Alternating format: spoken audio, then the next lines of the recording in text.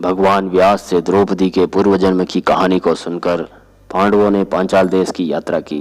एक दिन रात की यात्रा करने के बाद वे गंगा तट के सोमाश्रयायण तीर्थ पर पहुंचे।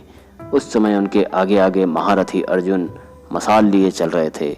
उस तीर्थ के पास स्वच्छ एवं एकांत गंगाजल में गंधर्वराज चित्ररथ स्त्रियों के साथ विहार कर रहा था।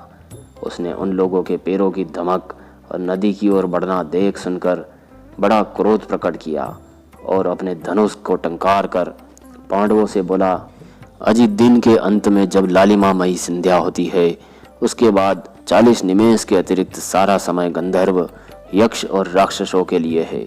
दिन का सारा समय तो मनुष्यों के लिए ही है। जो मनुष्य लोभवश हम लोगों के समय में इधर आते हैं, उन्हें हम और राक्षस कैद कर लेते हैं। इसी से रात के समय जल में प्रवेश करना निषिद्ध है। खबरदार, दूर ही रहो। क्या तुम लोगों को पता नहीं कि मैं गंधर्वराज अंगारपर्ण इस समय गंगा जल में विहार कर रहा हूँ। मैं अपने बल के लिए प्रसिद्ध कुबेर का प्रिय सखा और पूरे आत्मसम्मान का पक्षपाती हूँ। मेरे ही नाम से यह वन भी प्रसिद्ध है। मैं गंगा के तट पर चाहे कहीं भी मौज से विहार करता हूँ। इस समय यहाँ राक्षस, रुद्रगण, देवता अथवा मनुष्य कोई नहीं आ सकता। तुम क्यों आ रहे हो? तब अर्जुन ने कहा, अरे मूर्ख, समुद्र, हिमालय की तराई और गंगा नदी के स्थान रात, दिन अथवा संध्या के समय किसके लिए सुरक्षित हैं? भूखे नंगे, अमीर गरीब सभी के लिए रात दिन गंगा माई का द्वार खुला है। यहाँ आने के लिए समय का कोई नियम नहीं। यदि मान भी लें कि तुम्हारी बात ठीक है, तो भी हम शक्ति संपन्न है। कमजोर लोग ही तुम्हारी पूजा करते हैं।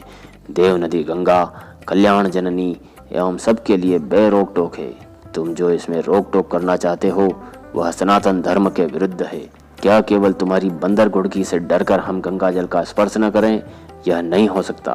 अर्जुन की बात सुनकर चित्ररथ ने धनुष खींचकर जहरीले बाण छोड़ने प्रारंभ कर दिए।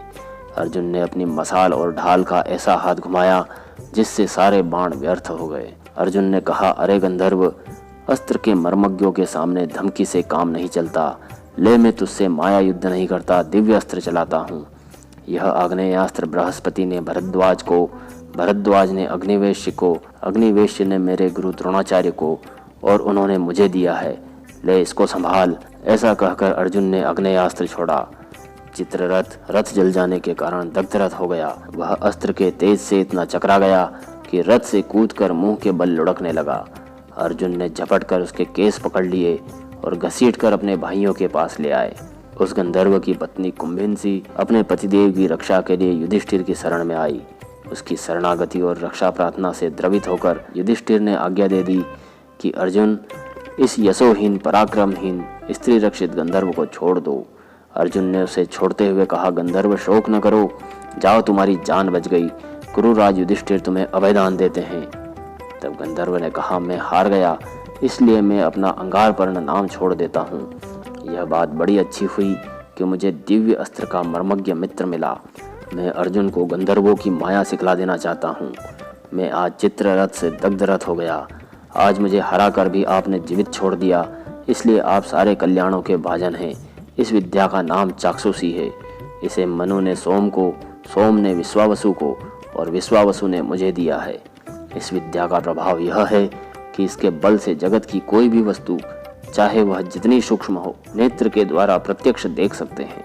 जो 6 महीने तक एक पैर से खड़ा रहे, वह इसका अधिकारी है। परंतु मैं आपसे अनुनय करता हूँ कि इसे आप बिना व्रत के ही स्वीकार कर लीजिए। इसी विद्या के कारण हम गंधर्व मनुष्यों से श्रेष्ठ माने जाते हैं।